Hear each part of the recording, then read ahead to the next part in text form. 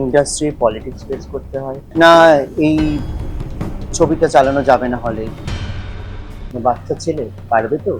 Onset পলিটিক্সও হয়, ঘুম থেকে উঠি ছবির কথা ভেবে, শুই ছবির কথা ভেবে। আজ পর্যন্ত কেউ হয়তো জানতোই না যে অমৃতা চট্টোপাধ্যায় নাচতে পারে, কারণ আমার ছবি রিলিজই হয়নি, কিছুই হয়নি। এটা হচ্ছে আমার লাইফ।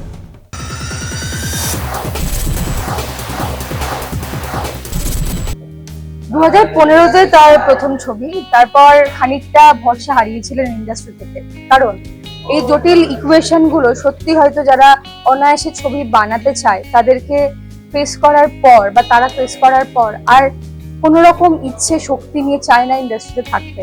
কিন্তু তারপরেও তার ঘুরে দাঁড়ানো এবং তার ওই যে অদম্য শক্তি, বলে না বাঙালি তো হেরে যাওয়ার মানুষ নয়, ওই অদম্য শক্তি যেখান থেকে আবার ঘুরে আসা তার, এবং ইন্ডাস্ট্রির জন্য তার একটা বড় ছবি উপহার দেওয়া আমরা খুব শীঘ্রই বড় পর্দায় দেখতে চলেছি। তবে এই মুহূর্তে পরিচালক অভিজ্ঞানের সঙ্গে আমরা কথা বলবো। 15টা ছবি রিলিজ করার পর তারপরে আবার সরে যাওয়া, আবার ঘুরে এসে দাঁড়ানো কি করে সম্ভব হয়, বাইরে থেকে সে ইন্ডাস্ট্রিতে কাজ করা, এবং এত বছর আমরা অরূপ বিশ্বাস সকলের যে ইকুয়েশন, যা জটিল পরিস্থিতি তৈরি তারা করে দিয়েছিলেন, সেগুলো ফেস করেও কি করে তার ছবি করতে আসার ইচ্ছে আবার তৈরি হয়, আজকে জানবো। আজকে আমরা শুটিং এর ফ্লোরে রয়েছি, অভিজ্ঞান পরিচালক আমাদের সঙ্গে রয়েছে। তোমাকে স্বাগত। আর আমি প্রথমত রেসপেক্ট করতে চাই, করব এই যে ফিরে আসা শক্তিটা, অদম্য একটা শক্তি, এবং এত সুন্দর একটা কাস্টিং লেখা, এত সুন্দরভাবে একটা গল্প যেখানে বাঙালি ঘরে থাকবে, একসঙ্গে থাকবে বলেও কোথাও গিয়ে আলাদা হয়ে গেছে, কোথাও গিয়ে কেউ বম্বে চলে গেছে, সবাই মানে আলাদা হয়ে গেছে একটা ফ্যামিলি। সেখান থেকে দাঁড়িয়ে একটা গল্প ভাবা, যেখানে এত সুন্দর একটা পারিবারিক পরিস্থিতিকে তুলে ধরেছো। তুমি আগে বলো অভিজ্ঞান, কি করে এটা ভেবেছো, এবং যেখানে দুটো প্রশ্ন একসঙ্গে করে দিই তারপরে, এটা কি করে ভেবেছো ফার্স্ট, সেকেন্ড হচ্ছে যে যখন ইন্ডাস্ট্রি থেকে সবাই বিরতি নিতে চাইছে তখন এসে সেই বাংলা ইন্ডাস্ট্রিতে কেন ছবি করতে চাইলে? যদি প্রথম প্রশ্নটাই যাই আমরা, তো আমি এই গল্পটা বেসিক্যালি আমরা, হয় না যে যখন বাড়িতে কিছু একটা দেখে এসেছি বা কিছু একটা অন্যের বাড়িতে দেখেছি বা বন্ধুর বাড়িতে হুম দেখেছি, হুম। সেই গল্পগুলোকে নিয়ে কিন্তু এই গল্পটা। এটা কিন্তু এমন কোনো গল্প নয় যে কোনো মানুষ আগে দেখেননি বা এরকম নয়। তার বাড়িতে এরকম একটি ঘটনা ঘটেছে বা অন্য কাউকে যিনি চেনেন বা সেরকম কিছুর মধ্যে ঘটনাটা ঘটেছে, এরকম ধরনের কনসেপ্টটা আমার মাথায় আসে যখন আমিও নিজে যখন ফিল্ম মেকার হতে চাই। তখন বাড়ি থেকে প্রথমত সাপোর্টটা পাইনি, কারণ আমি কোনোভাবেই ফিল্ম ব্যাকগ্রাউন্ড থেকে নই। আমার বাবা একজন বেসিক্যালি মিলিটারি ইঞ্জিনিয়ারিং সার্ভিসে আছেন, মা বেসিক্যালি একজন সার্ভিস উমেন। তো সেখান থেকে দাঁড়িয়ে হঠাৎ করে আমার ইচ্ছে, অন্য একটি ইচ্ছে, যেখানে আমি নিজে ইকোনমিক্স অনার্স নিয়ে পড়াশোনা করেছি, ও। আহ, সেখানে হঠাৎ করে তাদের ইচ্ছে যে আমি কোনোভাবে যদি আমি দিল্লি স্কুল অফ ইকোনমিক্সে, যেখানে আমি চান্সও পেয়েছিলাম, মাস্টার্সটা করতে পারি, কিন্তু সেখানে না করে আমি করেছি হচ্ছে Asian school of media studies থেকে আমার ফিল্ম মেকিং, যেটা ওখানে আমার মাস্টার্সটা করেছি ফিল্ম মেকিং। তো পুরোপুরি এগেনস্টে চলে গিয়েছিল পুরো বিষয়টা, এবং সেখানে গিয়ে একটা সাপোর্ট হারিয়ে যাওয়া এবং তারপরে কিছু না করতে পাওয়া। এবং প্রথম ছবি যখন আমি করি, চিত্রা, চিত্রার সময় যখন লোকে আমাকে অন্যরকম ভাবে চেনে বা জানে, ওই যে অতটুকু চেনা জানাটা আমার মা বাবার সাপোর্টটা আমার কাছে ফিরিয়ে নিয়ে এসেছে। তাহলে হয়তো না হলে আমি ওই জায়গায় পৌঁছতাম না। কিন্তু মা বাবার সাপোর্ট পেলেই তো নয়, ইন্ডাস্ট্রি সাপোর্টটাও খুব একদম। ইম্পর্টেন্ট। ইন্ডাস্ট্রি সাপোর্টটা হয় কি, মানে অবভিয়াসলি তখন নতুন ছিলাম, আমার একটা ছবি করেছিলাম নটখট শরৎ বলে। এটা বাংলা এবং হিন্দি মিলিয়ে একটি ছবি, ওই জন্য নটখট শরৎ বলি, ওটাকে নটখট শরৎ বলি না, নটখট শরৎ। তো আমরা বাইলিঙ্গুয়াল একটা ল্যাঙ্গুয়েজে পুরো ছবিটা করা হয়েছিল, এবং সেই ছবিটা অনেকগুলো ফেস্টিভ্যালে চলেছিল ইনক্লুডিং কেআইএফএফ। তো ওখান থেকে একজন প্রডিউসার আমাকে অ্যাপ্রোচ করেন, তার আমি নাম এক্ষুনি নেব না, কিন্তু উনি অ্যাপ্রোচ করেন এবং আমরা ছবিটা করি। ছবিটা সময় আমার অনসেট এক্সপিরিয়েন্স তো ছিল না তার আগে, মানে এত বড় ছবির এক্সপিরিয়েন্স ছিল না, প্লাস আমার বয়সটা অনেক কম ছিল।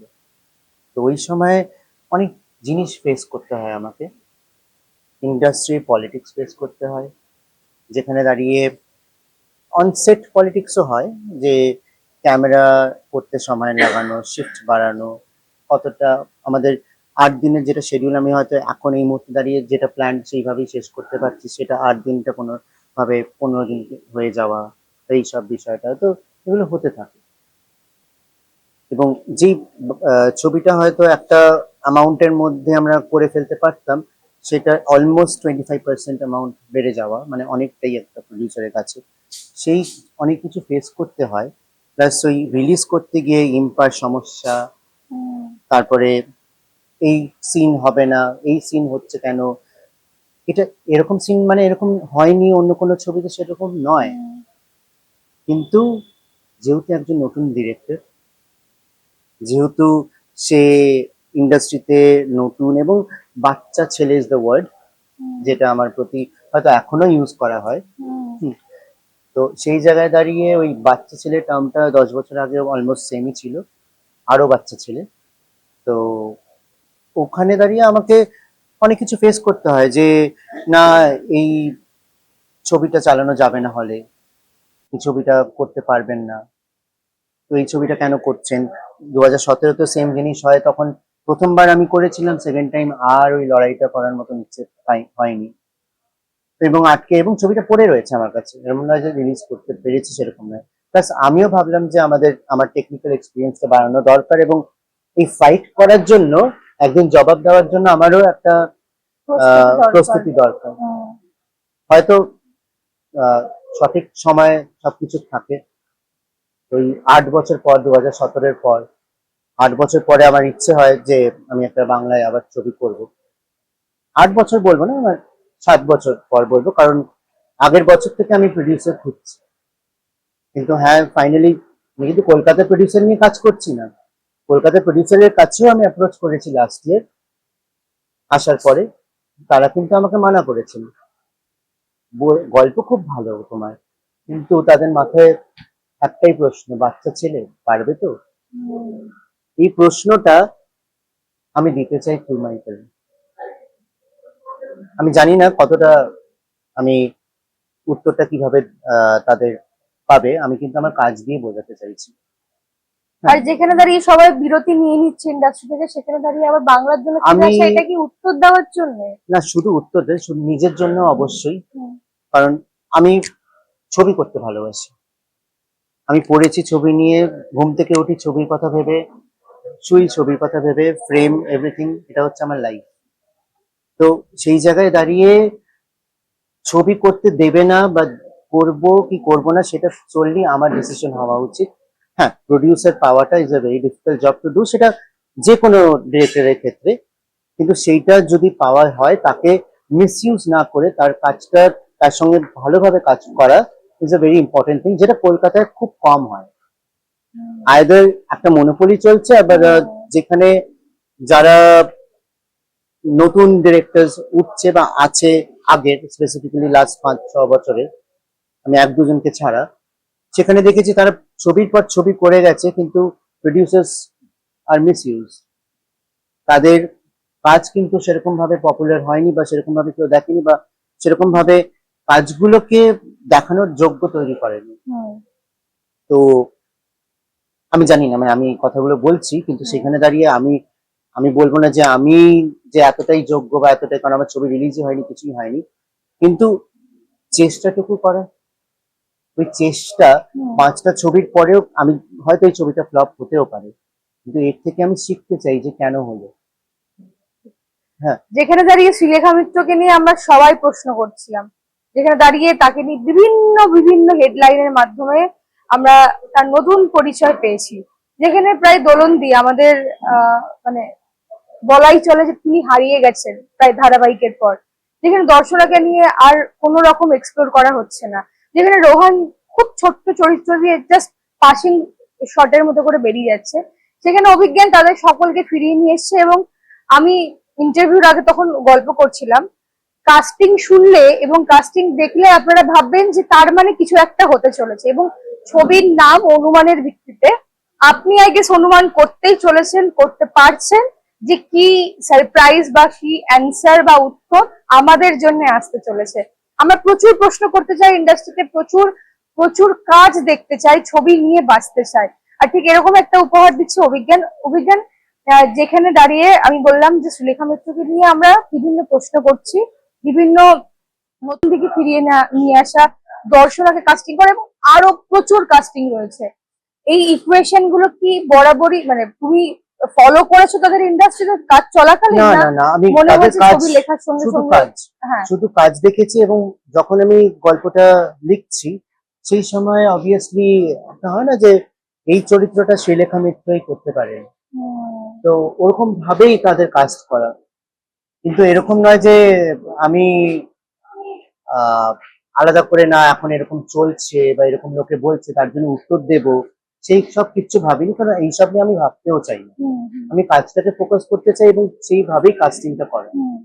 অন্যদিকে আহ হ্যাঁ, কিছু কিছু চরিত্রে আমাদের আহ যেরকম দোলন্দি, আমি দোলন্দিকে নেওয়ার কারণ হচ্ছে কারণ আমি দোলন্দির সাথে আগেও কাজ করেছি এবং সেই কাজটা আমি চাই যে যেই কাজটা আগে বেরোয়নি এবার যেন তার কাজটা আমার সাথে সবাই দেখতে পায়, এবং সেই জন্যই তার সাথে আবার করে কাজ করা। আর এই ছবিতে অনেকেই রয়েছেন, যেরকম সোমা সোমা চক্রবর্তী উনিও রয়েছেন, রানা মামা মানে অভিজিৎ গুহ ডিরেক্টর উনি রয়েছেন, আবার বুলবুলি পাজা, সুব্রত গুহ রায় এনারাও রয়েছেন। এনারা আমার সাথে আগে কাজ করেছেন, তো তার জন্যই এনাদের নেওয়া। রোহান আমার খুব ভালো বন্ধু, এবং ওর যে শুধু বন্ধুত্বের জায়গা থেকে নয়, ওর মধ্যে যে প্রতিভাটা আছে অ্যাজ অ্যান অ্যাক্টর, সেটা শুধুমাত্র হয়তো একটা সিরিয়ালের সেটের থেকে বেরিয়ে যদি একটা ছবিতে দেখানো যায়, সেটা লোকে আরেকটু ভালোভাবে দেখতে পাবে। Amrita Chattopadhyay is a fantastic actor, কিন্তু আজ পর্যন্ত কেউ হয়তো জানতোই না যে অমৃতা চট্টোপাধ্যায় নাচতে পারে, এবং তাকে দিয়ে ভরতনাট্যম করানো হচ্ছে, যেটা কিন্তু প্রচন্ড ডিফিকাল্ট। এবং এটা আমরা দেখেছি আজকে শুটিং এ। হ্যাঁ, এবং সে প্লে করছে ভরতনাট্যম ডান্সারের ক্যারেক্টার। তো এই প্রত্যেকটা চরিত্র এমন একটা জিনিস আমরা প্রত্যেকটা চরিত্র দিয়ে দেখাতে চাইছি যেটা লোকে এখনো দেখেনি। লিলি আন্টি আমাদের ছবিতে, she is playing a lesbian character, and basically she is in love with another woman, and she is meeting another woman after 55 years. দেখুন, আমি এই মুহূর্তে বুঝতে পারছি যে খুবই এক্সাইটেড হয়ে চিৎকার করে জাস্ট হলে আমরা অভিজ্ঞান অভিজ্ঞান বলে চিৎকার করবো যে কি ভাই এটা কি হয়ে গেল। কিন্তু ওর ওর এক্সপ্রেশনটা একবার আমি চাইবো যে ক্লোজ হোক। হ্যাঁ, মানে সত্যি হতে পারে না এটা, কারণ যখন গিয়ে আমরা ভাবতেই পারি না বড় গল্প, তখন গিয়ে এই মানুষগুলোকে ফিরিয়ে নিয়ে আসা এবং সমস্ত জটিলতা পরিস্থিতি সবকিছুকে দূরে রেখে এত সুন্দর করে শুটিং করা। আমাকে বলো যে কলকাতার কি শুটিং এর একটা অন্যরকম কোনো ফ্লেভার আছে বলো তো, যারা চলে যেতে চায় তারা বারবার ফিরে আসে। অবশ্যই, কারণ হ্যাঁ। কলকাতার আমরা বাঙালি, হ্যাঁ, তো বাঙালির দুর্গাপুজো, বাঙালির উৎসব, যে কোনো বাঙালির বাড়ি, যে বাড়িতে আমরা শুটিং করছি, ওই ফ্লেভারটা না, আমরা যখন বম্বেতেও শুট করি, আমরা টিভিএফ এর অনেক কন্টেন্ট বানিয়েছি, কিন্তু ওই ইমোশনসটা কোথাও গিয়ে হারিয়ে গেছে বাইরে। ওই জেনজি ব্যাপারটাও বাইরে বেশি কাজ করে, বাঙালির মধ্যে থেকেও বেশি। ওই ইমোশনসটা বাঙালিদের মধ্যে রয়েছে যে কোনো রিলেশনশিপ, আর সেটা একটা ছবির ক্ষেত্রে আমরা বাংলায় ইউজ করতে পারি, যেটা বাইরে ইউজ করতে। এই ছবিটা আমি যদি হিন্দিতে বানাতাম, এটা হয়তো লোকে দেখতো না, হয়তো ওখানটায় বাংলায় বলে এই ছবিটা দেখবে, কারণ বাঙালি ইমোশনসটাকে বোঝে। অভিজ্ঞান হল নিয়ে কোনো টেনশন আছে? কারণ আমরা দেখেছি হল নিয়ে নিয়ে ঝামেলা হয়, কাট আউট ছিঁড়ে দেওয়া হয়। সে আমি ফেস করেছি, আমি প্রথম ছবিতে প্রচুর ফেস করেছি ওই সময়। আশা করি এখন আর ফেস করতে হবে না, শতদীপ দা আছেন, তো আমি আশা করছি সেটাই ফেস করতে হবে না।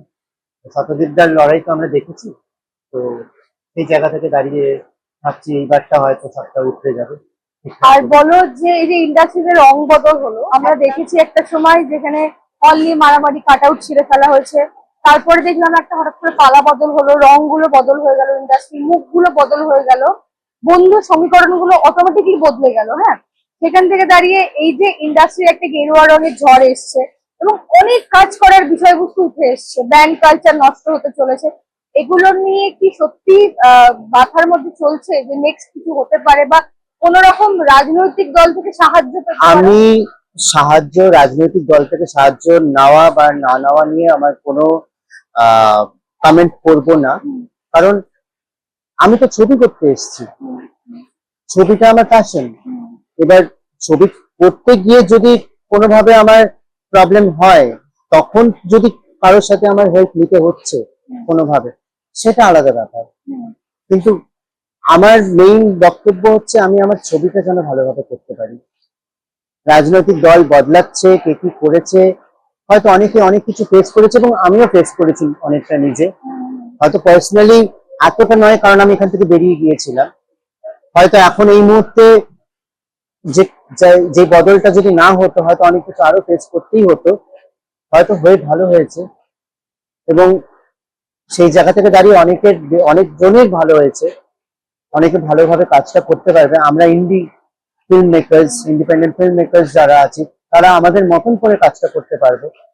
যেই বাজেটেই হোক না কেন, সেইভাবে আমাদের মতন করে কাজটা করতে পারবো। তো সেটা আমাদের জন্যও ভালো হয়েছে। তো শুধু কাজটা যাতে ভালো হয়, কাজটা যাতে লোকে করতে পারে, এবং সেটাই হওয়া উচিত। আর মনের গল্পগুলো যেন বলতে পারে, হ্যাঁ, এগুলোই আমরা একদম। চাই। না, আমাদের গল্পটা লোকের কাছে যেন পৌঁছাতে পারি, যেই করে। মানে আমি একজন রাইটার, সেই রাইটার হিসেবে যেন আমি আমার গল্পটাকে লোকের কাছে যদি পৌঁছে দিই, তাহলে লোক দেখবে, অবশ্যই জাজ করতেই পারে, কিন্তু তাদের কাছে যেন পৌঁছানোর রাস্তাটা খোলা যায়, সেটাই।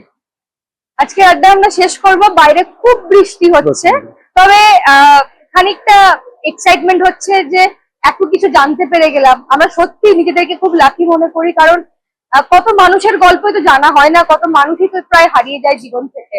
কিন্তু অভিজ্ঞানের সঙ্গে পরিচয়, তারপর তার শুটিং এ আসা, এবং এই বৃষ্টি পড়ছে বাইরে, এখানে বসে তার ছবি নিয়ে আমরা আলোচনা করছি, এই মুহূর্তটা থাক। আমরা পরবর্তী আড্ডা নিয়ে খুব শিগগিরই আসবো, তবে চোখ রাখবেন একদম টলি ফোকাসে। টলিউড ফোকাস কলকাতা চ্যানেলটি আপনাদের ভালো লেগে থাকলে লাইক করুন, সাবস্ক্রাইব করুন এবং অবশ্যই আপনাদের পছন্দের ভিডিওটি শেয়ার করুন। Tollywood focus Kolkata.